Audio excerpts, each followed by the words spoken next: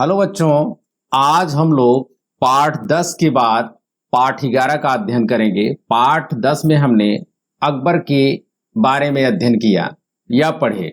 अब हम लोग जो है पाठ 11 में अकबर के पुत्र जहांगीर एवं शाहजहां के विषय में पढ़ेंगे। जहांगीर का अर्थ होता है संसार को जीतने वाला एवं शाहजहां का अर्थ होता है विश्व का सम्राट या विश्व का शासक या विश्व का राजा। जहांगीर एक न्यायप्रिय शासक था। न्यायप्रिय का मतलब जो न्याय अच्छे से करे उसको न्यायप्रिय कहा जाता है, और अपने इस उत्तरदायित्व को, अपने इस कार्य को ईश्वर के प्रति अपना कर्तव्य मानता था।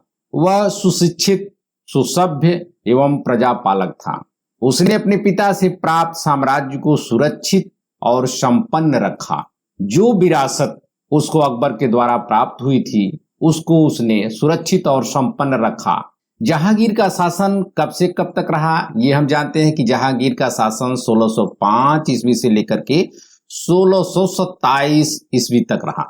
जहांगीर अकबर का पुत्र था। उसके बचपन का नाम सलीम था।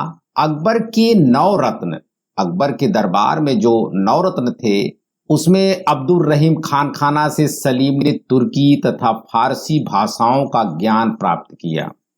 जो उस समय की भाषा थी, राजभाषा थी तुर्की, फारसी, उसको उन्होंने सीखा। अकबर की मृत्यु के बाद 1605 ईस्वी में सलीम का राज्याभिषेक, उसको राजा बनाया गया, और राजा के समय, राज्याभिषेक के समय नूरुद्दीन मोहम्मद जहांगीर के नाम से हुआ।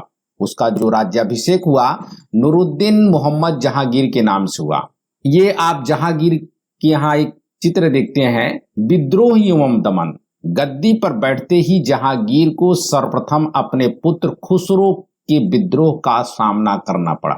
जहांगीर ने खुसरो को आगरे के किले में नजरबंद कर लिया, किंतु खुसरो कैद से भागकर लाहौर पहुंचा। वह कैद से भाग करके लाहौर पहुंच गया। लाहौर जो इसमें पाकिस्तान में पड़ता है, वहां उसने सिखों के पंचम गुरु अर्जुन देव से अपनी सेना के लिए आर्थिक सहयोग लिया, लेकिन शाही सेना से खुसरो की सेना परास्त हो गई।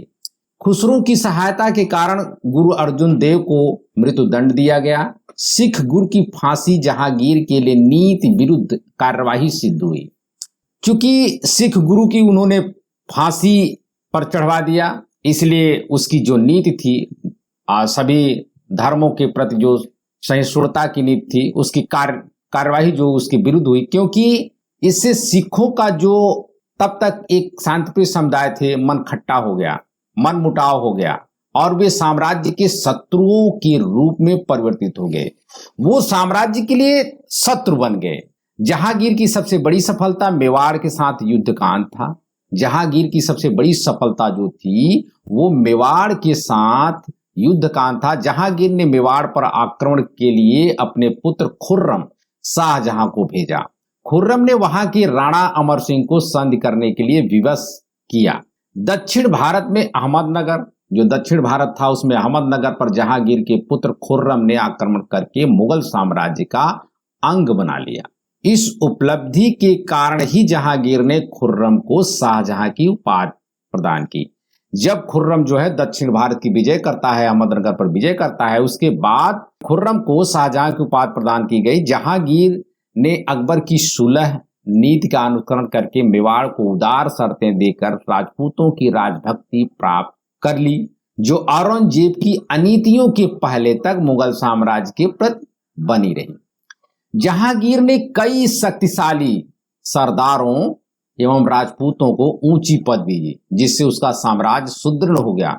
जो शक्तिशाली राजपूत और सरदार थे उनको उन्होंने ऊंचा पद दिया। जहांगीर एक व्यक्तित्व।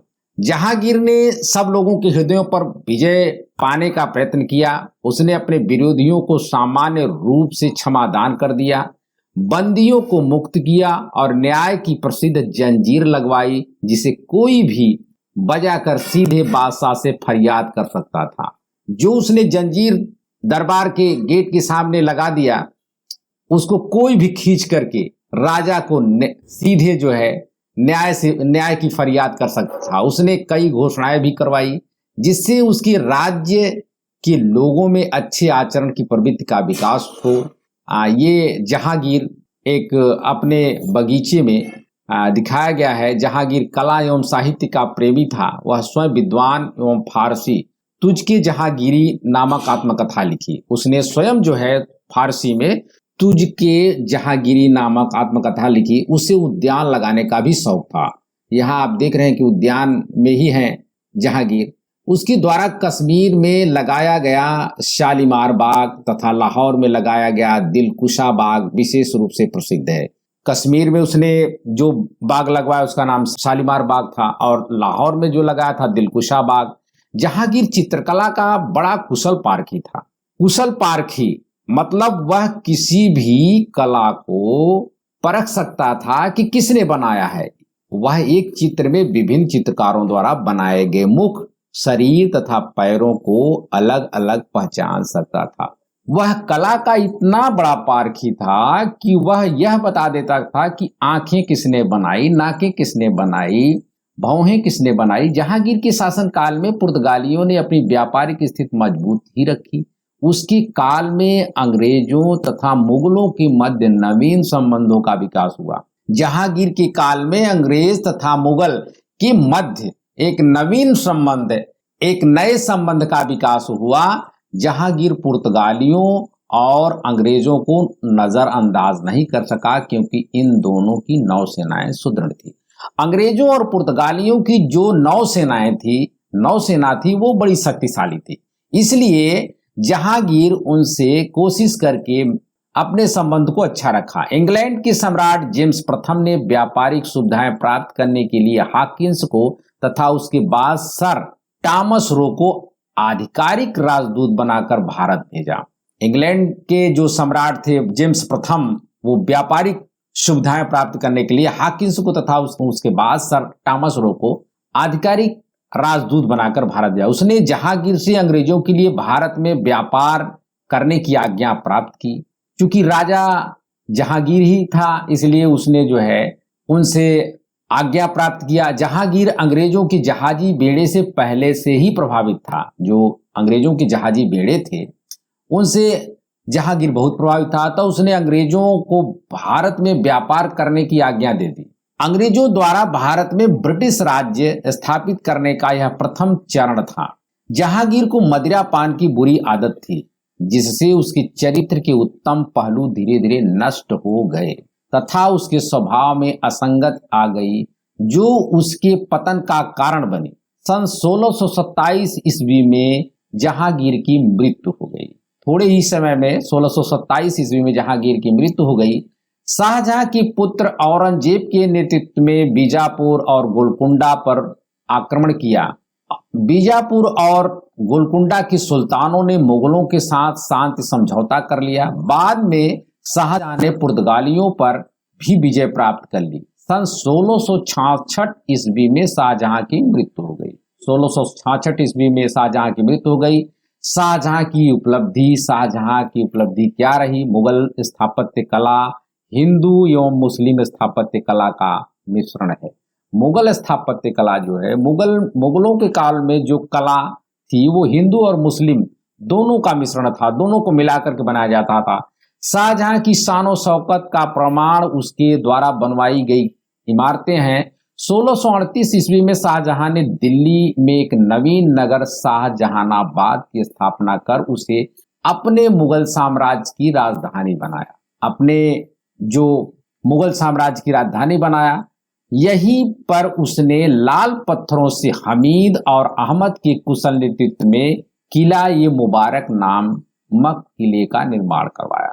यही वर्तमान में दिल्ली का लाल किला कहलाता है। जो हम लाल किला के नाम से जानते हैं उसका नाम किला ये मुबारक नामक किले का निर्माण करा। यही वर्तमान में हम देखते हैं लाल किला है। आगरा में यमुना नदी के किनारे ताजमहल, जो सबसे सुंदर साथ आश्चर्यजनक में आप देखते हैं कि ताजमहल, यहाँ आप देख रहे हैं ताजमहल आगरा में जो बनवाया गया है यमुना के किनारे, नदी के किनारे ताजमहल, उसने अपनी पत्नी मुमताज महल की मृत्यु पर उसकी स्मृति में बनवाया था, उसकी याद में।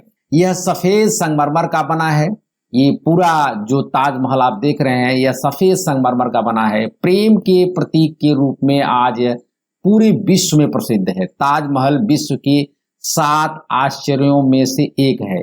यहाँ आप देख रहे हैं लाल किला दिल्ली का, जो दिल्ली में है लाल किला, जिसकी पहले हमने चर्चा की। जामा मस्जिद जो दिल्ली में ये भी है। उसने दिल्ली के लाल किले में दीवाने आम तथा दीवाने खास बनवाए जो अपनी सुंदरता में बेजोड़ है। शाहजहां ने दिल्ली में जामा मस्जिद भी बनवाई। शाहजहां ने दिल्ली में आपने देखा कि लाल किले में दीवाने आम तथा दीवाने खास बनवाए जो अपनी सुंदरता में बेजोड़ है।